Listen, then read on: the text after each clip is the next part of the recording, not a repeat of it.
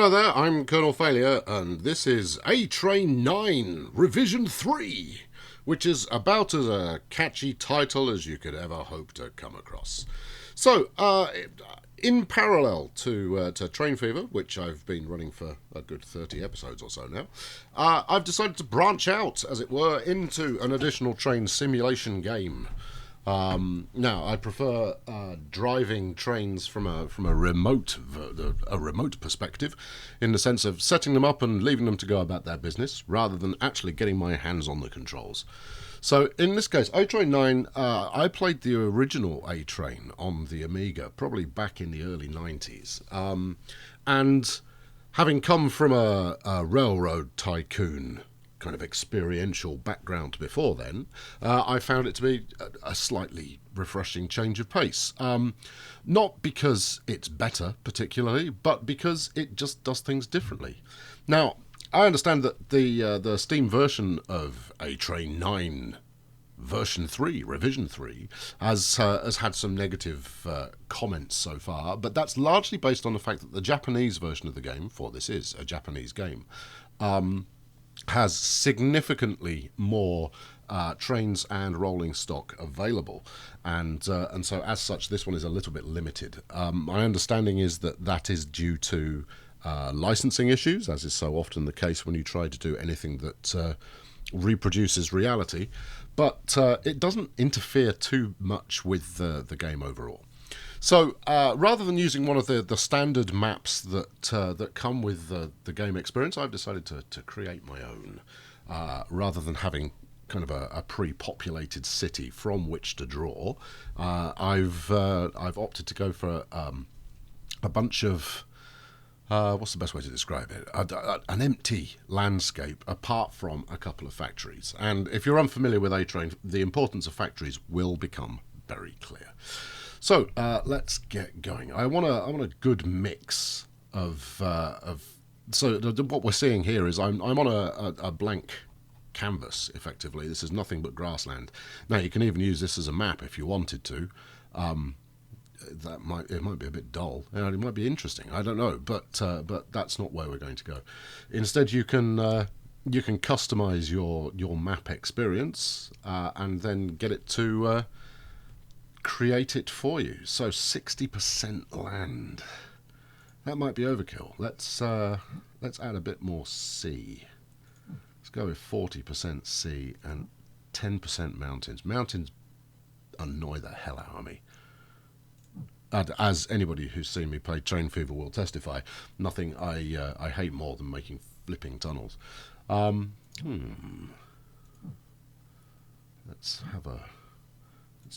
make the undulation slightly less complicated. Mountain height. If you're going to do a mountain, do a mountain. Sea depth. Let's keep it in the middle. Let's create a sample. What do we think of that? Well, it's just a bunch of land, isn't it? Let's do another one. No. Come on, I want something with a really big body of water in it, rather than all this scattered river.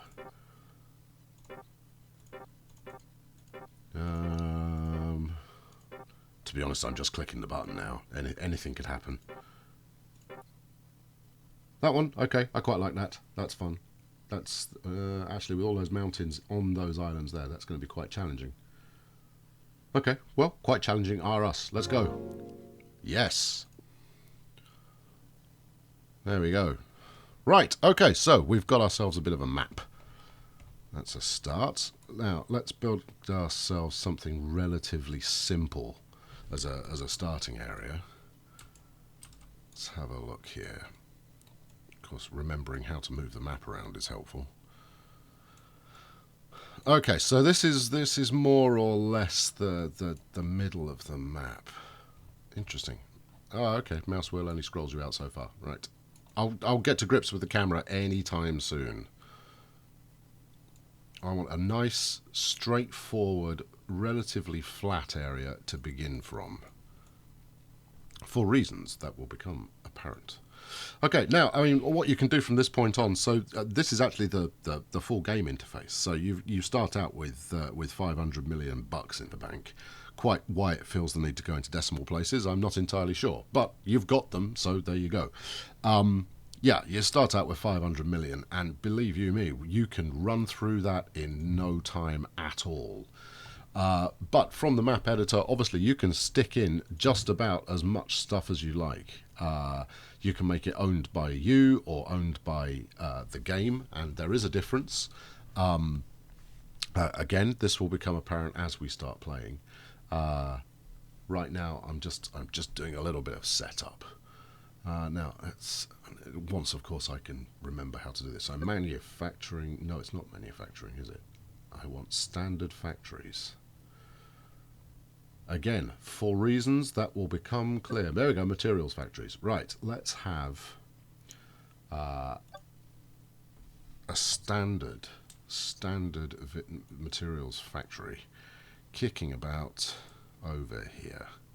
So this is considerably less build space than I anticipated. All right, we'll put one there. Play. Sound effects are subtle. Put one there, and then let's have a quick look. I want 2 in total. This map might be incredibly challenging.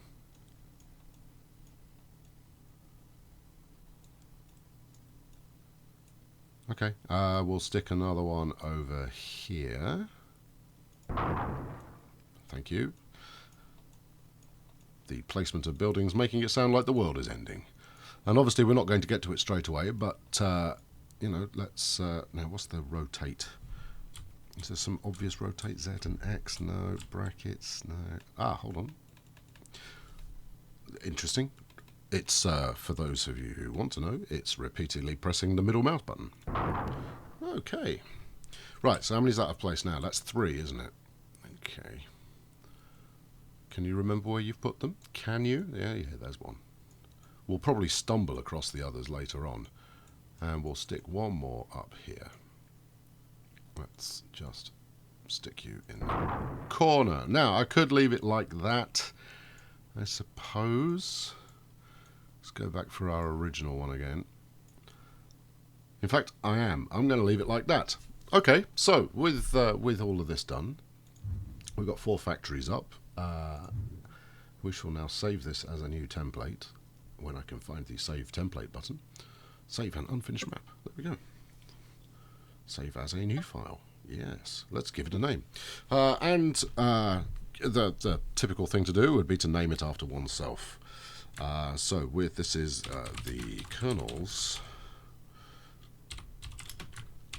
Island Fortress. No, not Gortress, Fortress. There you are. And the company name, obviously, is Failure Incorporated. All right, smashing. We'll start in 2010. Not that the time has much bearing on the game. You get everything available from the get-go. And, yeah, we'll save this as a new file. Save map in progress. Job's a good one. Right, I'll load this up, and then I'll be back. Here we go. So, welcome to the Colonel's Island Fortress. And at present, it's just me and this factory here. We're going to start from this one. Okay, so now factories are fundamental to the game. If I actually start it running, one of the first things you'll spot are the tremendous number of speed options you have. You can run in, hold on, you know, pretty close to real time, if that's what floats your boat. In fact, there we go. I think that possibly is real time that we're running in there. Equally, you can run it at a ludicrous speed. Look at that. 50 times. So let's go slightly more straightforward. Now, this chap here, what this factory is going to do is it's going to produce goods. And those goods need to be transported to, are they called depots? Are they called yards? I can't remember. It's been a while since I played. If I was any kind of a professional, I would have looked this up already. Materials depot. Right, so it's going to grab materials. It's going to manufacture goods and stick them in there. They then need picking up, at which point they will be dropped off over at a materials depot. And that materials depot will supply anything that needs to build. Okay, so let's put, and each depot has kind of a catchment area around the outside of it. Should we build a medium-sized one here? What do we think? Let's let's put this right in the middle, right about there. Okay, so far so good. Now, rail. When you click rail, and this is going to seem familiar, you have the choice of placing track, or placing road. We're going to be placing road. So let's make it so that we can. In fact, now we don't need stations. Let's do a loading bay here. So this is effectively a truck stop that we've got going on there, and you have various choices. So you can have the loading bay for departure, so side loading bay, a pull-in loading bay, so it doesn't interfere with other traffic, and a distribution centre, which is pretty exciting. So we're going to go with a pull-in loading bay right next to the area there, but we don't have to. The depot. Sorry, I will become more fluent in talking about this as time progresses. As you can see, it's got this this radius of influence radius, where it can drop materials to any depot in that area. So if we put one here, it can drop off at that depot. Okay, so we want to leave all of this to this coastal area here to turn into high quality housing. Right, so we've got that one, and then we want to put another one over here so that we can actually pick up from this factory. Why did I put the factory here? Well, partly because it's got this rocky outcropping sat right there, and equally because it's relatively central, so we can go to several places from this one factory. So we'll put another one there, and we will link those up by road. So at the moment we have a grand population of 0 people. Right, now how do you lay? There we go. Okay, so you lay road in a single click fashion, and plonk it down once you're done. And unlike the fine European game that I'm currently playing, this one has a happy fixation with doing straight roads. So we're going to have two kind of takes on the network rail kind of infrastructure. Although you can do nice bendy roads as well. So I'm going to do a bit of both here. Right, let's go in a straight line down there.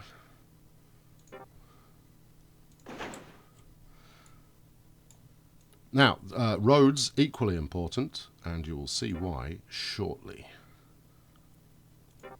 Unlike Train Fever, roads don't build themselves. At least I don't think they do. As mentioned, it's been it's been a little while since I last played this. There we go. That's exactly what we want. Right, okay, so we've got 2 depots up. We've got a depot up, and we've got a factory up. Important thing to note is that the game can't pull directly from the factory. You have to do it. I'd like to buy a truck, please. Right, here we go. Truck Central. So we're going to go straight for a large truck. All right, large truck can carry 2 cargo. What are the differences between these trucks? Well, absolutely nothing. Okay.